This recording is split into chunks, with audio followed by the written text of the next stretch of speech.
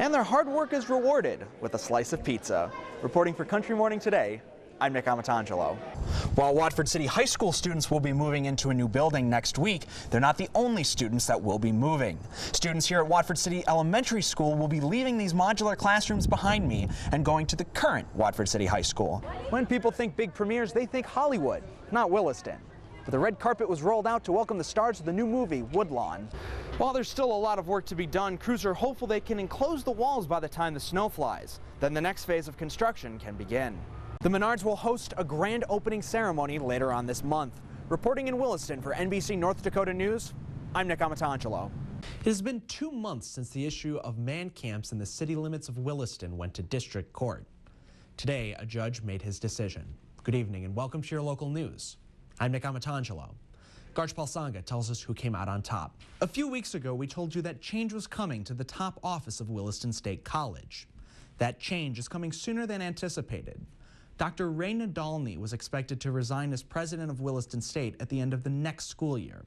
However, this morning he changed his plans and his resignation is effective immediately. Watford City's new high school is open. Good evening and welcome to your local news. I'm Amatangelo. I spent the morning there to see how the first day went. A Williston High School basketball coach has been arrested on a Class B misdemeanor sexual assault charge. Good evening and welcome to your local news. I'm Amatangelo. Williston police say earlier today they arrested 33-year-old Walter Eldridge. It's moving day for Watford City schools. Good evening and welcome to your local news. I'm Amatangelo. Today was the last day before the schools are reorganized. Today, widespread flooding is impacting parts of Texas, and some North Dakotans are going down to help. Leanne Perdue from Ray took off for the Lone Star State this afternoon. She will be working in a shelter for the next 2 weeks, helping residents who have been displaced from the massive flooding. For Rook, the extra opinions help improve the music. So I can prepare those kids to the best of my abilities. Then I turn them over to a professional who can go, oh, let's do this, this, and this, and all of a sudden magic happens. Having professionals really makes an impact on the students. You know, Mr. Rook is great, but it's always nice to get new perspectives, new advice, kind of switch up the feel of our songs. Students and professionals alike will work together all week to prepare for the concert.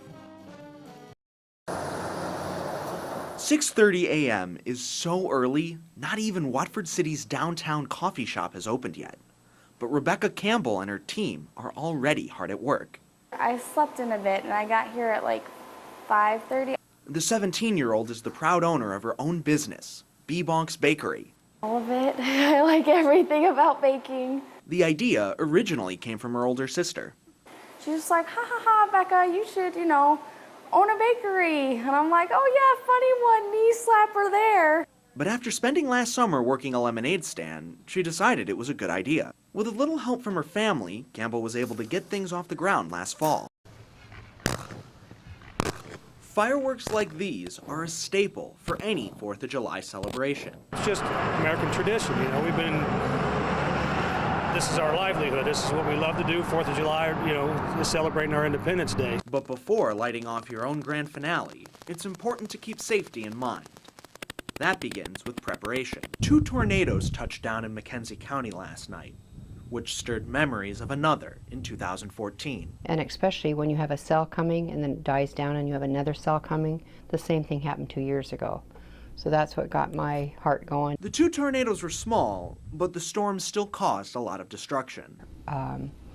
Several funnels that were spotted, a lot of hail damage around town, a lot of vehicles have hail damage. While the county's new emergency sirens worked, there were many people that didn't heed their warning.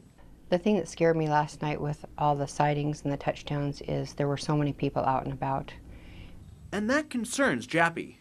It just kind of baffled me because a tornado can come down so fast. With a blink of an eye, it can come down.